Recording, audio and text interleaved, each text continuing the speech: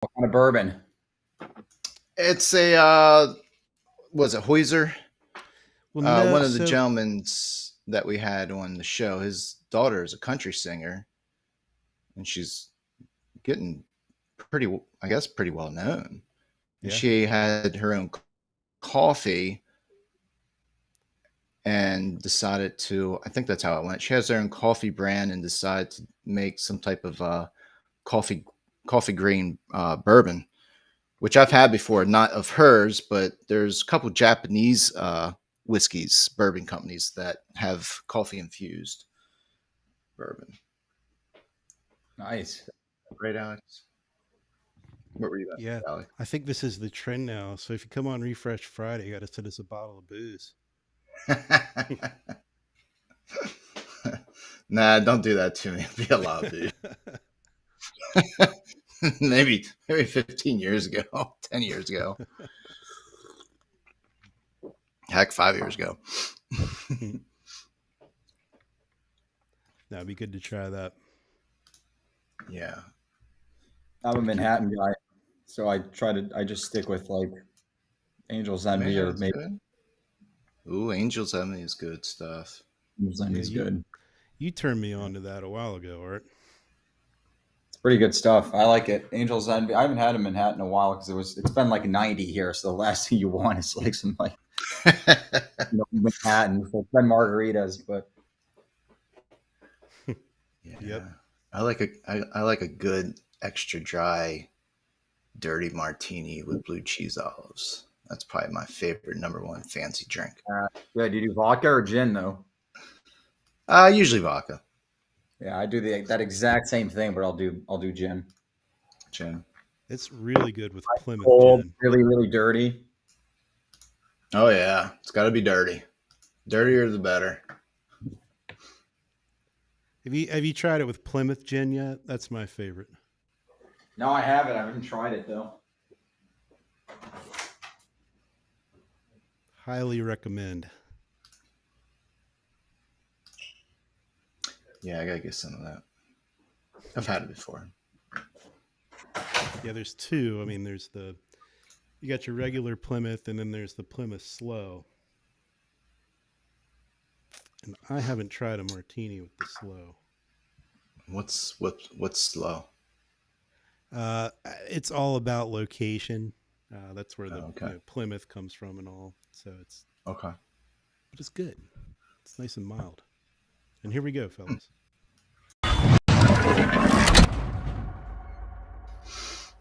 All right, What's happening? it's Friday. It is. It's a weird week too, man. With the fourth being on Tuesday, it's got my head all screwed up. Yeah. Well, it's weird. So I've got a window in front of me, and I am watching a hellacious thunderstorm forming. Thunderstorm. Yeah, Yeah. Supposed to go looks cool. fishing here this evening, but a bunch of thunderstorms are rolling around. So who knows? Well, Art, welcome to Dealer Refresh Friday. And First Thank you. show. It's good we to be here. wanted, well, we wanted to have you on because every single show, like we've had vehicle transport shows, and every single one comes back to AI in some way, shape, or Mm-hmm. form. And some of the guests have been quite good at explaining it. Some and there's some people who have been watching, and some of the comments come back, and it feels like not everyone is as educated on the subject as they could be, and that includes Or at my least not guests. on the same page. Yeah, Yeah. Yeah. Yeah. We tend to see there's been a lot of different iterations of quote unquote AI. So I think there's definitely a lot of confusion as to what it is and what it does and what normal AI is versus generative AI. And there's all this kind of lack of domain knowledge, but it's a somewhat complicated subject. And it's fairly new in terms of the buzz that's been around AI. I mean, it's been Mm-hmm. around forever, but recently there's been a lot more buzz about it. oh yeah, Well, I just watched the latest episode of Y Files podcast on AI. I recommend not watching that one. Why? It's all well, it's outside of automotive, of course. Just they just go into the some of the different things that have happened already and the different warnings and all that. Again, that's a much larger scale than what we're talking about when it comes to applying it to the automotive side. But Armageddon it's AI. yeah. Their podcasts are really interesting and funny. A lot of conspiracy stuff, but entertaining. Yeah. But this last one, you're like, oh, I didn't laugh at all during this one. Yeah. But All right. Well, we'll have to watch that one later or not. yeah, I'll send it to you. So, Art, you're with Impel, Yep. and Impel had a pretty big NADA with the name change, right? Yep. We did. Yeah. It already feels like it's been almost 2 years now, a year and a half. Yeah. So it was Carspin, and now it's Impel. What prompted the change? Was it acquired or? So yeah, so it was SpinCar, and we had the legacy merchandising product, which is the 360 walkarounds that we would enable dealerships to have on their VDPs. And we had several thousand dealerships on that merchandising piece, and we were running it for 3, 4, 5 years. And then we made a couple acquisitions starting about 2.5 years ago on the AI front. One being AI that was more on the variable side. And outside, even before that, there was a lot of different merchandising products that were outside of what somebody would think about, like SpinCar. Like if we said this dealership group SpinCar, they think it's literally just the 360 walk around and not all the ancillary merchandising products that we offered. So we were already outgrowing the name, but our acquisition of this particular company, which got us to play in the AI sandbox about a couple of years ago, really was the impetus for us to finally change the name to Impel, which the official definition is to drive and move forward.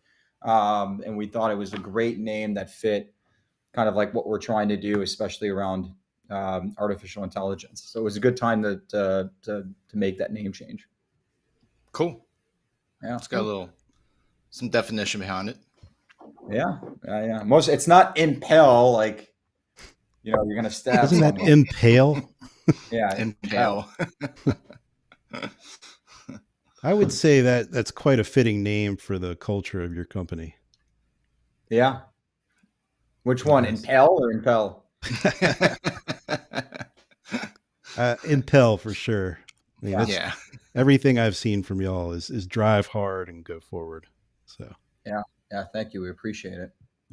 Well, I personally haven't seen the product for a while, so you have to maybe give me a demo later at some point, or I'm sure we'll touch on it on today's call. Sure. Yeah, the name change is a long process. It's not like a 2-day thing. It was probably a 9-month ordeal. There's a lot that goes into it, and you never know if you end up picking the right name. Yeah. well, you could always, name your company frickin' something and, I was getting ready to say that. SpinCar. It's like very, pull it to the brain very easy. So, Yeah. so y'all made an acquisition, and I believe that was Pulsar AI, right? Was the first Yeah. one? Yeah. And so they are, was it a sales-driven communication engine? Yeah, it was. So the story behind it is we had mutual acquaintances that introduced us, and there was some mutual clients as well. And so we tested the technology out. What it allowed dealerships to do was effectively like answer leads around the clock in a really powerful and personalized way, like true conversational AI. And we've heard, there's been Converska and different companies in the space, and so we vetted it first, meaning we essentially resold it to see if it worked as intended and as advertised. And the feedback was really, really positive. And so we ended up acquiring the company and rolling it out to our dealerships. But yeah, that particular acquisition was strictly to help teams handle leads a bit better than they can by themselves. So how does that work exactly? Yeah. So say somebody like right now when somebody submits a lead, it gets sent to the CRM. Then the dealership, depending on how they're organized, may have a BDC or they may have Cradle to the Grave. In either case, the whole intent is, hey, I'm going to respond to this lead. They may have given their email, they may have given their cell phone number, and I need to go in and answer their question, get them engaged, and get them committed to come in and ultimately buy the car. Um, the problem with that is the dealerships get a lot of leads. They're getting 3, 4, 500 leads, 1,000, 2,000 leads, depending on how big the dealership is.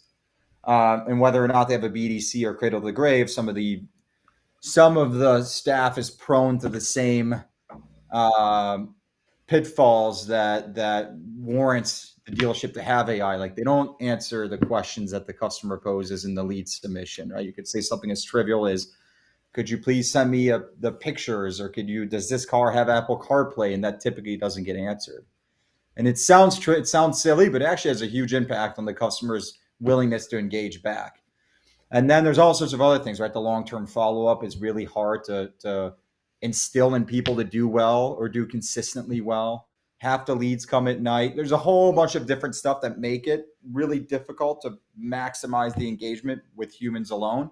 So the way that this operates is if the lead is submitted and it hits the CRM, that particular customer would get an email and a text, and it would read the lead comment section and figure out, Jeff asked about the front end lift kit system, or Jeff asked if this Audi had lane sense. And it reads a bunch of different files, the inventory feed, the web provider feed, the bill data, some of our own merchandising data. And then it'll actually go ahead and answer the question that Jeff posed. So he'll get an email and a text. It's going to say, hey, Jeff, and it's completely conversational. They don't realize it's AI. Unless you're in the state of California, then you have to kind of label that. But Jeff will get a response via text and email. Hey, Jeff, yeah, that Porsche's got Audi, or that Audi Q5 has Audi lane sense. Any other questions you have on the car? If not, we'd love to get you in. And then it can carry a conversation, answer a bunch of questions about the car, the buying process, and it can go all the way to actually scheduling the appointment in the CRM. So it just helps dealerships. I mean, it's common sense, right? It just helps dealerships answer leads in real time well, consistently well. It does long-term follow-up. It can book appointments. It updates all the records in the CRM. So it's just like a human would. So there's a lot of, and on the side, I'm sure we'll touch on this. There's a lot of productivity gains that the dealerships can see leveraging AI as well. And you all are on the I'd love to service see that side in as action. well, right? What was that? That was Jeff and me talking over one another, but Yeah. we do that sometimes. So so that's the sales side. You also are on the service side as well. Yeah, just recent. So we always had a couple of requests from dealer groups. Always, almost every single time we presented the platform or the solution, it was, can you please power our chat?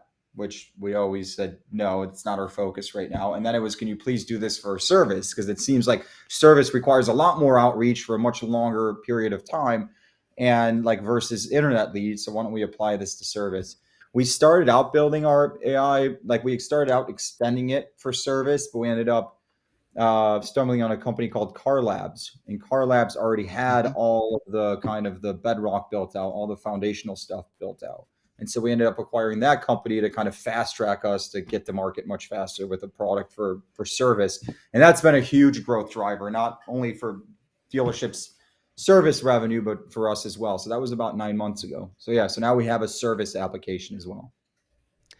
And is there really any difference to the conversation other than the topics between the two, service and sales? No, I mean, service tends to be very transactional. Like if you think about like an internet lead, they have a bunch of, the car is a commodity, and there's complexities around what car they want to buy. Is it equipped with this? What's my credit score? Like, what's my payment going to be? How is this different from this trim level? So there's a lot of complexities in the conversation. For service, what you realize is it's very like, hey, Alex, your car is coming due for its next service visit, and then over the next 5 weeks, let's get you booked out.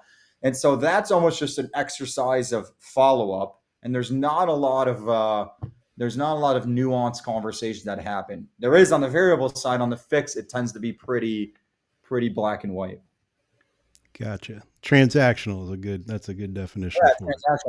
It's amazing to see how many records in a DMS raises their hand and says, yeah, I would love to come in for service, simply by systematically reaching out to them. And it's unfortunate because most dealerships don't do it, because it's difficult to scale with the number of records in the DMS, but that presents a huge opportunity for them.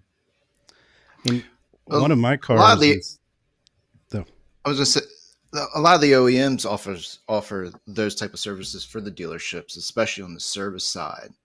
Um, there's different touch points, post sales, post service. Uh, are you aware of any of the manufacturers trying to tap into this, and what's the competition like around that? Yeah, a lot of the OEM stuff is like time interval, Yes. and it's one off and it's markety ish. Like you've I don't know if either of you two own a car like a regular consumer, but when you buy, like I've owned this Jeep for 2 years. Not once have they reached out to me to let me know that I'm coming due for service. Proactive outreach, right? So there's Oh this thing wow. where there's this, yeah, I know, I can tell you the dealership. There's this um miss, I think. Like we get some feedback. It's like, well, I have this from the OEM, right, at the 6 month mark and at the 12 month mark, and I have this thing for Toyota Care. The problem that we've seen is it's not conversational, it's not personalized. It looks like a marketing email, so people can't respond to it. So you cross your fingers that they find the phone number and end up dialing you. But then you have an issue with being able to pick up the number of calls that are coming in to your service department.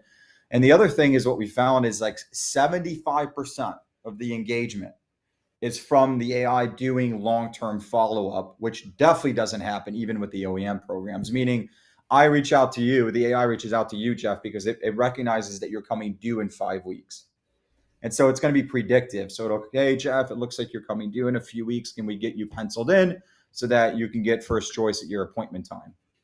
Couple benefits there. One is you don't care if you're waiting 4 to 5 weeks because you weren't even thinking about getting your car serviced. And the yeah. dealership can better manage this influx of calls coming in. I'm past due on my oil change. And then they got to tell the consumer they have to wait 4 weeks. So that 75% of the engagement, though, comes from, if you don't answer that communication, the AI can follow up with you much like you would on an internet lead. Hey, Jeff, I've been trying to reach you a couple times. Like, it's now been a couple weeks. It looks like you'll be coming due in 2 weeks now. We'd love to get you scheduled in as we're filling up. So we'll follow up with you. It has a long-term follow-up process, and that long-term 2 to 9 touch points actually captures 75% of the engagement, and subsequently 75% of the appointments it sets. So even if you could do right message, right time, right record, and send it once, it's a Mhm. fraction of the ocean that's available for you to get. So does it? How many touch points is it? You said nine, up to 9. nine, or Yeah. what's the average before you hit that? Maybe the largest percent of response.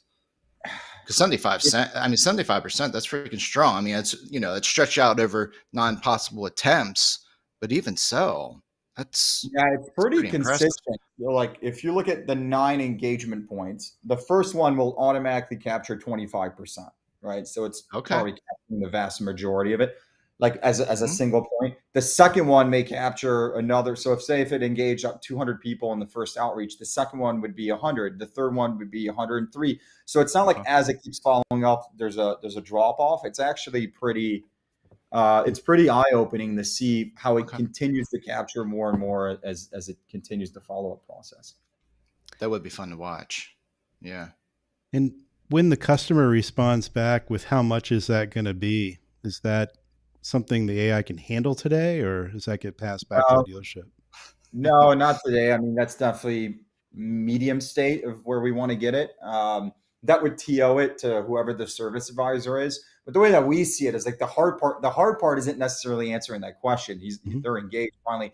The hard part is like doing the manual labor, the outreach that's not currently being done at scale Yeah. to get the person to even respond to that. Like, once they say what's the price, you almost got them hooked. True. Yep. Yeah. Nah, just And so, yeah, getting a customer ideally, talking to you. So yeah, Yeah. yeah, exactly. I mean, we'd like to be able to Um, answer, right? Which means less people time is needed to answer that question. But in the end, mhm. it's still pretty powerful to finally get some sort of engagement from that record, especially if they're like an abandoned customer, where the Mhm. dealership certainly doesn't have the human resources to go after those abandoned customers. So it's a lot of legwork. It's a lot of pavement pounding. You'll get I there, I'm sure, quickly. mean, That's there's the a goal. lot of fear anytime in human history a new technologies come out, people get fearful of it because just in our nature, in our DNA, we don't like change, and especially people who feel threatened by their job being or being displaced from their job by that new technology, and that's absolutely the case right now. AI Yeah. is feared for replacing them, and I think if I was BDC agent or something along those lines, that I would be having those thoughts. Yeah. Is that Yeah. I mean, that's, there's this kind of like, um, lump of, I think it's called the lump of labor fallacy, where you think like there's only a certain amount of fixed jobs in the economy, and so if AI is taking your job, then you're not going to have another job, which it dispels. And it says, in fact, yeah, like would a BD agent not, like, would 10 BD agents necessarily be needed? No, maybe now only 3 are, but it doesn't mean like the 7 are the jobs. There's a lot of roles in the dealership that aren't filled that you might want filled, like somebody doing, Alex, like somebody doing like equity mining, like all the phone calls, like somebody like trying to appraise vehicles going through the service lane, somebody trying to, like, there's all sorts of responsibilities that could be filled or repurposed for those positions. But yeah, we've seen some groups do away with BDC centers entirely. interesting? Because the reason you wanted a BDC in the first place is you didn't think the salespeople could as effectively do what they needed to do, plus handle leads, than the BDC. So now you have the BDC, the salespeople, you have 6 layers between the customer and them buying a car from you. And oftentimes, now it's not necessarily always the case, but it's probably more often true than not, is the BDC hands off the lead anyway to the sales rep when there's some sort of negotiations price or pricing question. And so oftentimes the AI could get it to that point pretty consistently. I mean, you think about why you fire up a BDC, and it is like you said, the sales team. You don't have the faith that they can actually make the calls, take the calls, whatever it may be. But the goal of the BDC is to set appointments, and when they can't set an appointment, it's to take a engaged customer back to the showroom floor for a deeper conversation. So Yeah, but you still have some problems, right? Like, again, half the leads come at night. So if somebody at 10 p.m. is saying, "Look, I want to buy a car from you," and you make them wait 12 hours, like, it's crazy. Like, because their ads are still going on, their Google ads are still going on. Like, hey, I want a Grand Cherokee L, and there's your Sure. paid search. And I click it, and I'm so convinced on the car, I submit a lead, and then there's no way to respond to that customer. You make him sleep on it, and then what happens? People don't think about is then Jeff drives to work, and then the dealership calls him. Well, Jeff's at work, so he's not answering. The dealership calls Jeff at 10 a.m. and 2 p.m. and 9 a.m. and 4 p.m. and Jeff continues not to answer, and it's because he's at work. And so the same reason he submitted a lead at night is the same reason why he's not answering when that BD agent is trying to chase him down. So if you think the amount of cycles and mind share that's wasted on a per person basis reaching out to leads, where the only reason not answering is because the time in which they're trying to follow up is not the time that the consumer wants them to follow up. You have all sorts of these weird things that happen, that it doesn't matter if you have 500 people working in a BDC center. Like, you're not going to win them. It's a fair point. I would also think that the computer would drive towards certain goals in a conversation as well, where people might shortcut sometimes. Yeah, I mean, the shortcut would be, when do you want to come in to test drive the vehicle? When the customer's like, I was asking about the panoramic sunroof. Like, I'm not going to come in. They don't say that. They just end up disengaging. But yeah, I mean, our whole goal is, deliver the information the customer is looking for quickly, so that you can maintain that engagement, and either push them quickly to an appointment, because you want to control the conversation too, right? There's this downside of generative AI, which is, like, unless you can control where the conversation goes, it can go anywhere, which is not a great way to actually effectuate like a communication tool.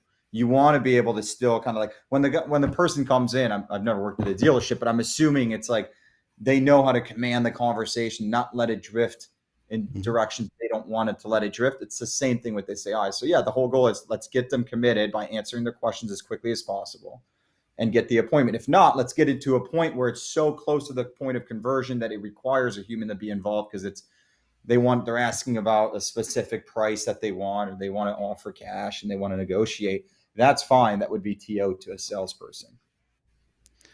So what I'm Okay. hearing from you, Art, is current state of AI as a communications device is more of doing the stuff that most people in the dealership really aren't excited about.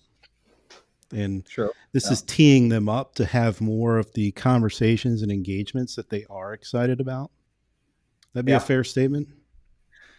Yeah, look, there's there's a great book that we read by Michael Mankins, and it talks about like productivity drag, which is like the number of activities that are placed on someone that you think are productive, but they're actually just an immense time suck, and it drags not only their productivity but their energy for how they do their work. And so we feel like, yeah, all the stuff that they don't want to do that can be automated, so the dealership actually benefits from it because they're getting faster communication to the consumer. It's much more relevant. It's much more personalized. It's like delightful to receive it as a customer. Like, oh, I got my question answered. And anytime I want to ask a question about a car or about the features and options it might be equipped with, I can get a real time answer. But then it also allows your staff to be a lot more productive and have a lot more energy in the responsibilities that are left with them. It's hard to quantify that, but it's pretty Yeah. significant. Like you think about like some of the any role where the responsibilities are repetitive, like a BD agent, right? It's the same thing every Mhm. day. Like us in software, we have SDRs, sales development representatives, and all they do is cold call.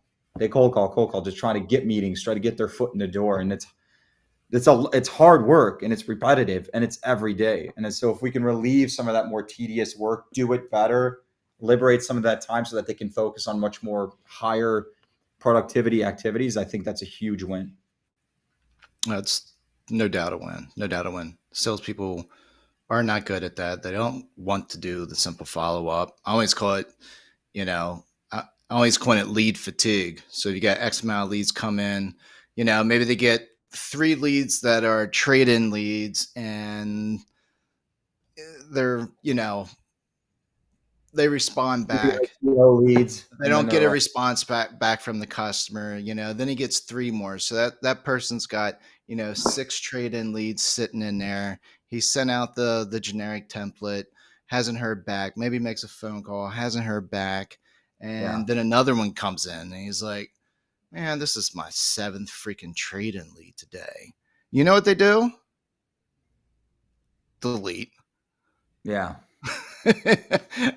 I mean, obviously, you probably don't have them, access to actually delete it, but they're not going to give it that initiative, yeah, and they're probably not going to do it after the 3rd, not the 7th. yeah. No, it's So yeah, having some type of AI piece that could come in and get that customer one step closer before handing it over to a salesperson. Again, that's a win-win. so there's a couple of ways to think about AI. One is like the customer facing one, which everybody's trying to tout. I was just at a David Kane event and some other event. Everybody just has AI at the end of their name now. In the last 4 months, it's like, and like I said, it was like, remember Web 3.0 and Yeah, Metaverse, and that went, but that died more quickly than anything. And then before that, it was digital retailing, which people are still trying to figure out. There's always some, but now it's CDP, whatever it might be. But there's always some buzzword. But I see AI everywhere. But oh there's yeah, two ways to think about it. There's like how it functionally works, which is great. Okay, great. It can answer customers' questions. Like everybody knows that. They've seen it. Everybody's used Chat GPT, all that stuff. The biggest thing that we lean in is like staff productivity, because I think what will move the needle more for a dealership isn't necessarily, okay, great, the AI is answering Alex's question more quickly than we could. It's if I have 20 sales reps, like imagine the power of making every single one 20% more effective in their jobs and in their roles. Like you're basically gaining 4 to 6 people, like without hmm doing much of anything except enhancing their workflows, enhancing how productive they are. That's the true benefit of AI for the dealership and for dealership groups. It's to empower everyone to be a lot more efficient with their time and a lot more productive in how they manage their particular business. So like that's what we really focus in on, because the other consumer stuff's pretty straightforward. Yeah, I can answer questions. Yeah, I can do it better than humans generally. Sometimes not. The rule is it can. The outliers is sometimes that's not the case. It can answer leads 24/7. It can do long-term follow-up and all that. But again, the biggest thing is the productivity gains that we've seen groups gain from leveraging it in their workflows. Well, that is a nice setup for a question from the group, from the audience here. Eric Milch is wondering, What's up, what Eric? has been the dealership staff response to your solutions? So when we first launched it, there was a lot of sabotage at the dealership, especially if there was a BDC Really? or BD agents. Oh yeah, a lot, right? Because the BD agents you can't blame them. They were saying like, I well, get it. look, I need to do this, and now like 40%'s been removed off my plate. Like, am I going to be needed? And so they start, finding the one conversation that might not be so great, or it's just, I think it's natural human behavior. So yeah, that's happened. So it definitely still happens with BDC, like dealerships that are organized with the BDC, but we've learned to position it, because really it's really an assistant. Everybody gets their own assistant so that you can respond much more quickly to customers. We can text them, where right now you probably can't out of your CRM. We can answer the leads at night, get them engaged so that you're not spending your time chasing a lead for 4 to 5 days, and then it's got to get to manager approval and all that type of stuff. So we think it a bit different how they perceive it. But yeah, there was definitely friction at the beginning. I would say if 100 dealerships are launched in any given month, just a random kind of arbitrary number, I would say 10 will fight it to some degree. It's never the management that fights it. It's always BD agents. But then it just comes in and it's training, getting them bought into the vision, how it can help them, how it can make them more productive, because they have this fear of losing their jobs. Mm-hmm. But we always say for the deal, and it's easier said than done on our side, which is like, Jeff, if you're running the dealership, I would say, look, like if it's good for the business and it's good for the customers, it needs to be done. Like whether or not somebody feels. So a lot of times, like the tail does wag the dog, and we're trying to fight some of that. But we've gotten better in making sure that they embrace it. Well, Eric says, great answer. Look at that, my light's going off. Still haven't fixed that in like 3 years here. We got real quick massive lightning strikes going on around here. I don't know what if are you maybe heard. some of the examples that you've been able to use to get them to embrace it? Really, it's the amount of time they spent like on email, like like they realize email isn't like great like activity, but they do it because their CRM tells them to. Yeah. So it's like if you're a BD agent, I said, look, you're spending, and this is true, this is a true metric. They spend 59, call it 60% of their time on emails, like writing emails, sending emails, responding 60% of the time. It's the lowest converting channel by far. And you're like, why would a logical human spend the disproportionate amount of their time on the worst activity possible? It's not because they've like did an analysis and they're like, email is the best, and they're like illogically choosing it. It's because the CRM is telling them, so they're just following the recipe. And so we think there's a better, more modern cadence in the CRM that can be built out, but one that can only be built out if AI is in place. Like the BD agents have a much more phone heavy cadence than what it currently is, which is more email heavy. So they're more excited because they can make phone calls, and they know like an engaged buyer, calling an engaged buyer is much better than emailing to try to get engagement and then having the call anyway. So we focus a lot on like removing a lot of the emails and texts that they need to send, and they're much more phone focused, which to them in turn allows them to set a lot more appointments. So sometimes also the comp structure interferes with how the AI works. Some dealerships can say, I don't want to pay them for appointments that the AI sets, because the AI is setting like out of the leads, like on average, I think it's like 6% of the leads it can take from A to Z all the way to setting an appointment without needing a human involved. Which sounds low, but it's actually pretty high, because a lot of the conversation before they come in is like, hey, Jeff, before I make the drive, like I got a 550 credit score because I didn't pay my Time Warner cable bill. And like, can you make this work? And it requires a human element, like logically. Yeah. Do you know where the showroom is? No, that's not where we're located. But it's like so. No, that's the example that we get. It's like, look, you can make a lot more phone calls and let this thing behave as your own. Now we've hired each and every single one of you your own personal assistant. Who wouldn't want that? No, it's clear as day. Clear as day. And I also think about some of the other small things that maybe you could reach out to the customers, things that you could do from a customer service standpoint that would make the experience that much better that they could focus Yeah. on. Maybe it's as simple as going out and taking a video of the vehicle or a photo, an extra photo, or, whereas typically, Showing rather them than the writing an SpinCar. email.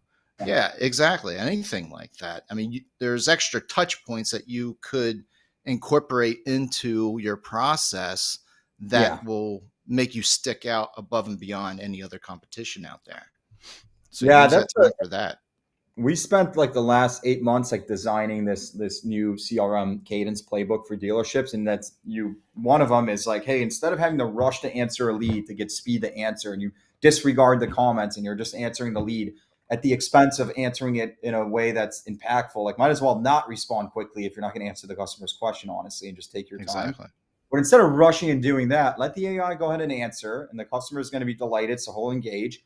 Then you go and shoot your video, whatever video you're using, whether it be Impel or something else, and then you can go transmit it. And then we train them like, hey, now you can say, hey, Alex, I know, or hey, Jeff, I know that Emily's already sent you the Carfax that you requested. I took a video of the vehicle for you. I'm the manager here. Here's my cell. Like, that's much more effective than like the other side of, even if they just did the video and didn't rush to answer the lead incorrectly. What if the person just asking if like, hey, I want the Carfax? Maybe they don't want the video. So let the AI get the car, send them the Carfax. They're happy. And then the video is an extra cherry on top of the sundae, but you have to answer the customer's questions. Yeah. That's great. I like it. Speaking of questions, we've got a series of them coming in now. So let's start. I'll just do them in order. So one that popped up a little while ago was from Wesley Tadlock, and he's wondering why the AIs aren't just talking pricing and payment information at this point. You can. It does it to a degree. I mean, the problem with AI, and it's not necessarily a problem, it's the perception, is it's this loss of control that the dealership is feeling or doesn't want to experience, letting something that's not a human deal with pricing questions and negotiation questions. There's a lot of ways that you can solve that, right? You could say like, look, here's the price on this car, but that might not be your final payment because it's dependent on a bunch of different factors, right? Like your credit score, what the interest rate is at that moment. There's a whole bunch, but we love to discuss it. Why don't you come into the dealership and we'll walk through it? So at least you give them what the pricing is going to be, but you keep it kind of vague so that might not ultimately be the price that you discuss at the end. Now, if somebody says, hey, I see this car is listed for 33, I'll come in tomorrow. I'll come in this afternoon and buy it for 29. Like, unless you want the AI to say yes, like how is the AI possibly going to determine if that's something that is acceptable to the dealership? So you inevitably need somebody to be involved. But in the end, that means it's an engaged customer and it's a buying question. And it's like a slight exchange of communication between the human and the consumer before he decides to come in. So the work is much less for that staff member. And maybe there's something for the future on that front. Yeah. I definitely get why Wesley's asking that question. So Ryan Everson, great question here. So which AI model does Impel use? Because he assumes that Pulsar was developed before OpenAI. Yeah. We use a lot of our own models. The underlying AI is Bard. In the chat that we just rolled out does use some stuff from OpenAI. So it uses a lot of the Pulsar stuff was localized, kind of like own and operated models that we rolled out. So we expanded those in the last 2 years since we acquired it. So it's generally not running on too much OpenAI stuff or any large language model stuff, that the variable component. There's some that we embed in it, like for certain lead sources or certain follow-ups or certain questions. But the questions that are posed, again, like the biggest thing is if somebody asks a question and the dealership knows how to answer that question, like, do you offer delivery? I don't know, I'm coming up with something like that's a question that you form consistently and deliver so that it's not kind of all over the place and it doesn't answer it incorrectly. So there's like 80% of the questions between lead submission and conversion are around the same themes. Okay, so like you can have own kind of like local models that can answer those questions. For the 20% of the weird stuff, that's when you can use some of this large language model AI stuff that people have been seeing with OpenAI. Okay. Interesting. Like I had a question. We were just presenting the chat solution that we've rolled out to a couple groups, and and we said, look, ask any question that you wanted. Question that our current sales guy wouldn't answer because you probably wouldn't want it to anyway. Like, and one of the questions asked was, hey, I have chicken eggs. This is a serious question they asked. Will the seat heaters, and I'm kind of bastardizing, will the seat heaters get warm enough to calibrate the matching process? It was something like that. But it answered it really thoughtfully, like, hey, we're not sure. We don't really recommend that. You should use an incubator, whatever it answered. But those are the off-the-wall questions that generative AI can answer. But for, hey, does this car have X, Y, Z, and how does it compare to whatever? You can do that with your own models. Yeah, this isn't the Ford HEN model. Yeah. Yeah, sorry, dad joke. All right, so Kelly Wilson. Some of this we have already answered, but it's always good to go back in time. So Kelly. she's wondering how this is working with the CRM. Yeah. Yeah, one of the big things, like, so we have a dealer council that we work really closely with, and one of the big things, like, we discuss M&A targets and things like that. One of them was like, hey, if we did this, what's one thing you would absolutely need? And it was, my people barely use the CRM as it is. Well, right? We flying trainers, we do all that. They're not using it consistently well. So we don't want them using a separate platform or separate dashboard. That would be horrible. Mm-mm. So we worked with all the major CRM providers to ensure that 99% of the functionality is living, breathing, and actionable right in the CRM, right on the lead record. So like the entire conversation is flowed in, all the action items are flowed in, are pushed in. They can stop the AI at a given point on any lead. They can jump in and take over the AI, like they can reply as the assistant right in the CRM, which is really helpful. Like, because you know what happened, you all know this, but I submit a lead. Somebody follows up with me. I don't answer. Then the GSM sends me this templatized email from the CRM. I'm like, who's Brian? Like, Linda was reaching out to me. And then there's the GM email on day 7, whatever it might be. I don't even know who to talk to. And so even like the simple replies assistant function being plugged into the CRM, if the AI is having a conversation with Jeff, you, Alex, can literally reply, take over, assume control of the AI. And now you're dialoguing with Jeff as whatever the AI's name is, Amy. And now you have continuity of dialogue, which is huge. It sounds trivial. This stuff sounds trivial. It's not, especially when you multiply by hundreds of leads every single month. So it's fully integrated with the CRMs pretty robustly. That's impressive. And we've got a question not about AI, but about SpinCar. So Pat O'Connell wants to know what the minimum distance is needed for SpinCar to work. Yeah, the new iPhones is 4 feet. The wide Nice. angle lenses. So there we go. It's within, it used to be 12 feet like 5 years ago. So you need like a huge warehouse. Oh, wow. Or you do it outside. But I mean, it's amazing how far the cameras have gotten in phones. Yeah. There's a lot of dealers, What's right? Because they think that the quality of the pictures are better, all that type of stuff. But it's the expense of giving the customer the same experience you would in the showroom, which we don't think is a good trade-off. But now the cameras have gotten so good on iPhones and Androids that it rivals the quality of the images from DSLR, especially once they get compressed anyway from the web providers. Yep. So. Exactly. Yeah. What have you integrated some of this AI into the original 360 walk around piece? And if so, what are some maybe the different stats or some unique things that you've seen come out of that?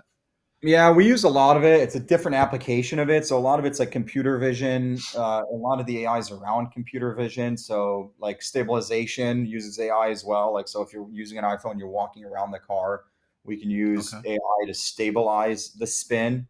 So it's not like whoa, like you're a drunken sailor walking around the car. Like it's pretty fluid, no matter how shaky your hands are. And then a big thing is like computer vision background removal. So as you shoot the car, understanding the silhouette of the vehicle perfectly with low error rate, and then being able to remove or replace the background automatically, completely computerized, right? No human element to it. There's a lot of background replacement now that's manually driven. This just uses computer vision background replacement to do it. So that's kind of how we've embedded AI, and we've already had it pre-Pulsar, Mhm. pre-acquisition of Pulsar and Car Labs, but we've enhanced it, right? It's this, you constantly evolve, enhance, and optimize some of the machine learning stuff that we're doing. So another question, back to the AI. So if the agent takes over the dialogue in the CRM, as you were giving examples of before, does the AI understand where the conversation left off? So let me get the first part of the question. I'm not sure I'm completely clear on the first part, but I think so. AI answers first, right? Stops the clock.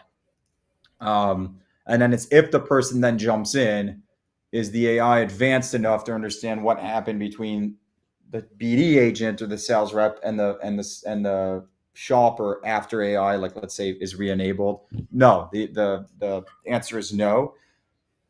It's on our roadmap to try to figure out how to solve, like, how do we get this weird black box that happens when a human takes over and AI gets reintroduced.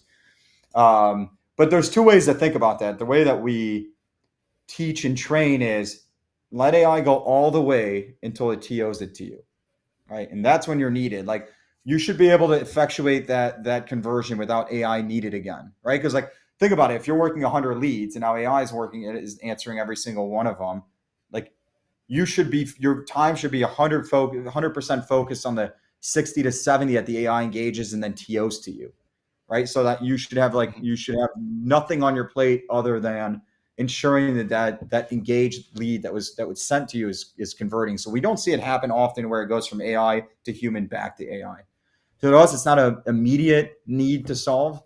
Um, and then as soon as it does the TO, what it'll do, so if Alex, you submit a lead and then it transfers it to Jeff because you're asking a question that logically requires a human to be involved, the AI would follow up with you, Alex, and say, hey, does Jeff get a hold of you like I promised? So it'll do a follow up over the course of a week, 3 times over the course of a week to make sure that Jeff, in fact, followed up. I think our average across all of our dealerships, about 6% of the people respond, no, I have not heard from the salesperson at the dealership. And that's a variety of factors. Maybe they're not great at follow through, right? Because oftentimes they're not. Or it could Or they be just they're said it. sending the email from the CRM. And here's the other thing is the emails from the CRM, the open rates are like 20%. So they can write the most beautiful email they've ever written in their lives and they send it, but 80% of that effort is wasted. That was my next question. Yeah, How it's does that get incredible. sent out from your service? Does that get sent out directly from the CRM service? Yeah, it gets sent out. What Yeah. say again? Yeah, it gets sent out on our side. So we don't use a Okay. CRM for anything other than pushing and pulling info. Now, our open rate, I think, across the entire dealership group, I'll give you within a 5% margin of error, I think, is around like 62%. So it's pretty high, right? It's triple what the CRMs use. The reason the CRMs are so low is because they're using the CRM for all sorts of stuff. Hey, let me blast this July 4th thing. Oh Hey, let no. me do this, right? And then after years, months and months and years, it's great that you send those out. Those typically have a very low response rate. The downside is it's affecting your delivery rate to Mhm. leads that are incoming, which is like 95% of the value of a CRM. Yeah, you're almost to a point where most of the CRMs you shouldn't even be using it for any type of marketing campaigns. Just Yeah, keep it for one-on-one communication, and that's it. yeah, But with most of them, you're still sharing that email IP, potentially sharing it with other dealerships. I years ago I dove down and I deep dived into that whole process. Um, and was running the different IP addresses up against the blacklists to see, were they blacklisted?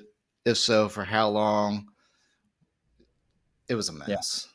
It was a Yeah, that's mess. Mhm. just email, right? Texting is another huge component of it. But like Hmm. think about the how crazy this is. they're spending 60% of their time on email, which we all know is the lowest converting channel. So automatically it's like, it's such a Why? waste of precious human resources. Like, but then out of the 60% of the time they're spending on emails, only 20% are open. So it's like compounds how like almost idiotic it is to just even have people. We take like a couple like stances, which are to some degree, we say it in jest, but it's reality. It's like they should almost, no one should ever be sending another email again. And no one should even be doing long-term follow-up. They don't do it consistently well. And like the engagement rate is already low on long-term follow-up, and they're not even doing the short-term follow-up well enough. I'm generalizing, of course, right? But they're not even doing the short-term follow-up well enough. So let's remove the long-term follow-up, have them completely focus on the short-term follow-up, because that's where you can get the most, the biggest squeeze.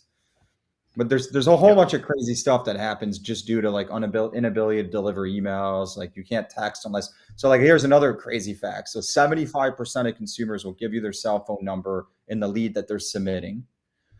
The CRM wants you to send the double opt-in, but only 18% of the opt-ins reply yes. It doesn't mean that the other 88% of the 75% that gave you their cell phone number is saying no. They're just not bothering to say yes, and then you're locked out of texting them. And you don't necessarily do that. You have consent to be able to text them. And now imagine the power of like, before you put down your phone, Alex gets a text that says, hey, yeah, that vehicle has XYZ that you were asking about. Hey, do you have any other questions about the car? Of course, Alex is going to answer that text, right? Because he's not submitting a lead on a PRV for fun. Like he's interested in that car. For sure. Unless you do submit leads on CRVs for fun, Alex, but most people. Yeah, definitely. CRVs, RAV4s is totally my jam. Yeah, I have a RAV4. They're great. So didn't you all launch a chat solution recently? We did. Yeah. We rolled it. We're rolling it out to 500 dealerships to start as phase one. But yeah, we think that's a natural extension. Like we think one problem that exists is from chat to internet lead. So if you think about the customer life cycle, there's a lot of different touch points that exist between the dealership and the customer, but none of the systems work with one another, right? Like all the communications are siloed. Whatever happened in the chat transcript is siloed. Yeah, maybe it gets pushed into CRM, and nobody really looks like there's no system that can then pick it up and transition to a text and carry the conversation, and everything else that happens in that life cycle from vehicle acquisition, servicing the vehicle, warranty expiration, equity mining, lease pull ahead, all that stuff is very disparate, right, and balkanized. So we think just trying to connect them all so you can have one AI platform that can handle all communication to the customer in a unified way. Because I think it's been talked a lot, like you unify communications, and it's never been done. We think finally with AI and the progress that it's making and with the investment that dealership groups are making in CDPs, I think it's within a 12-month to 16-month timeline where you can finally have each system talking to one another and the consumer is delighted. So chat being one of them, chat's on the website. It's the starting point of the journey. So yes, I think to us, it was table stakes. And so we think we can do it really well as well, just because we've processed millions of conversations on internet leads. We've been asking that for 25 years. Mm-hmm. What's that for a unified way of communicating? Yeah. Just how the systems talk to each other one way or another. So it's good that we're finally getting there. More complex than that. That's why we think AI can just do it, because it can do a lot of the stuff that used to take a lot of development work to try to connect. It can do that automatically or without the need to connect at all. And so, we roll out chat. So now we have the variable side, the service side, we have chat, and then we're looking to expand through that life cycle. But it's exciting times. It is, definitely, especially with everything that you guys got going on.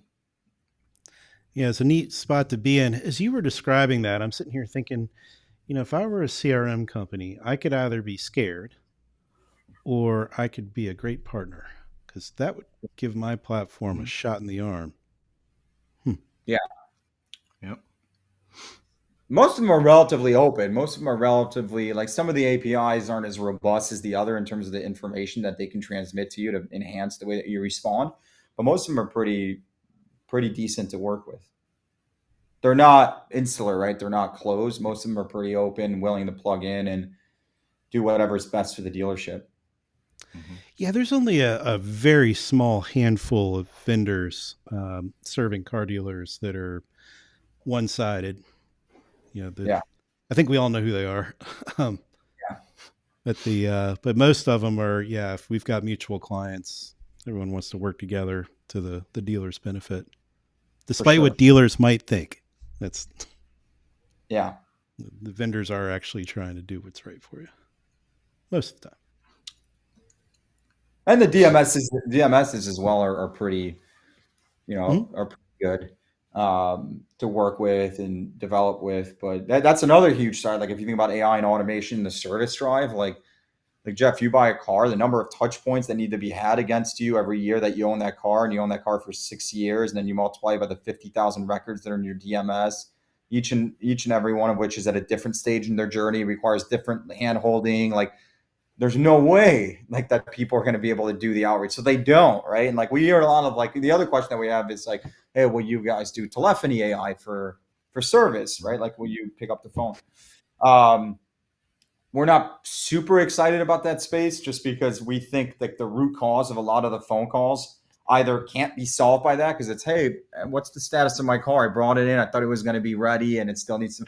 Or the other side is people calling in because they're past due on their oil change because nobody proactively reached out to them. So we think if we can solve the root cause of, hey, let's proactively in a really conversational and really systematic way follow up with that consumer to get them to see it, engage with it, and take the appointment, that won't require a phone call from Alex to the dealership anymore, and you could decrease the call volume just by being predictive in your outreach. But again, that You can't be need done. Really, that full automation is needed for that. yeah, you need to sell your service to these car warranty companies. Decrease some of the contact points. That's another one, right? They get between you and the customer. So yeah, we think there's a lot Yeah, of power to be taken back to the dealership in terms of who reaches out to their customers and how and for what. yeah, yeah. So I like that. what I'm what I'm getting out of this show, just to summarize here, and you guys can chime in with your own thoughts, but it's that AI is not something to be fearful of. If you're scared of it in its current state, then you may be thinking more along the lines of not what's in the car business, but maybe what's been portrayed as AI coding itself and Terminator movie and all that fun stuff. That's nowhere. It's not even a shadow of a thought of becoming a reality in the car business. This is a tool to help take the monotony out of the day for Hmm. Yeah, the service and sales department in a lot That's of what I get different from it. parts of the process. yeah, And it just enhances productivity, and I would assume it helps with morality as well.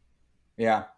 Yeah, I Yeah, mean, 100. our perspective on this, it's probably subjective, of course, because we're supplying AI, is that like the groups that are leaning into it, leveraging it, deploying it, are seeing massive productivity gains. And we just think like, I don't foresee that in the next like 3, 4, 5 years. Like, I don't know how a dealership wouldn't use it because like how you could keep getting trained. Like for instance, like I'm countless times I've seen dealerships flying trainers and train their staff on how to do follow up and how to do phone sales, and like they leave and it's the same exact thing over and over and over again. It's the same version. So why not have AI? Like why not have it in Yeah. place? And solve some of the stuff that you can try to preach until you turn blue in the face and they won't do. We have some dealership groups Yep. that say, "Oh, it makes my people lazy. I don't want it." But What? my thinking is like if it made your people lazy, but the outcome is better for your dealership, or you're sending more appointments, the customers are more delight. Who cares? Like Yeah. it's funny, but like who cares? Like at that point, it's like we used to. I had this question. It's like, what's your? I forget. It's like, what's your margin on this product on the 360 product? And I was like, well, who cares if it's better and cheaper than the other ones? Who cares if our margin's 99%? Like we can't be penalized for being really efficient, like so there's a lot of that stuff going on too but I think every dealership group is going to be I think every dealership is going to be using AI in one way, shape or form. Do you, speaking of that though, do you think it will eventually maybe drive some of the costs down for dealerships that, really dive into the technology side and, Definitely, yeah. because I mean, obviously with AI, once it's incorporated, it's a lot cheaper to run. Yeah. No, AI in itself, yes. The other thing that it becomes cheaper is like we were talking about the unified way. Think about how many vendors. So like Jeff, you probably work with like 25 different vendors along that timeline, that like life cycle of the customer. And each is there to maximize their own profit, right? Of course, like they're in business. And but for you, multiply by 25 becomes expensive. One unified platform drives the cost down Yeah. across each of Oh, those yeah. elements. Now, not only does it become cheaper just because it's becoming more efficient, but unifying the whole platform, the whole outreach will probably be, I mean, we're assuming it would be 1/6 of the total cost of all this, the money spent on different providers to fulfill really point solution needs along that journey. Mhm. So we're super excited on the pricing. And that's outside of like maybe not needing as many people as you used to need to handle 1,000 leads that you get. So True. there's like Yep. labor savings and then there's technology savings. Yeah, definitely. If I was a dealer owner, I would not be shying away from it. Yeah.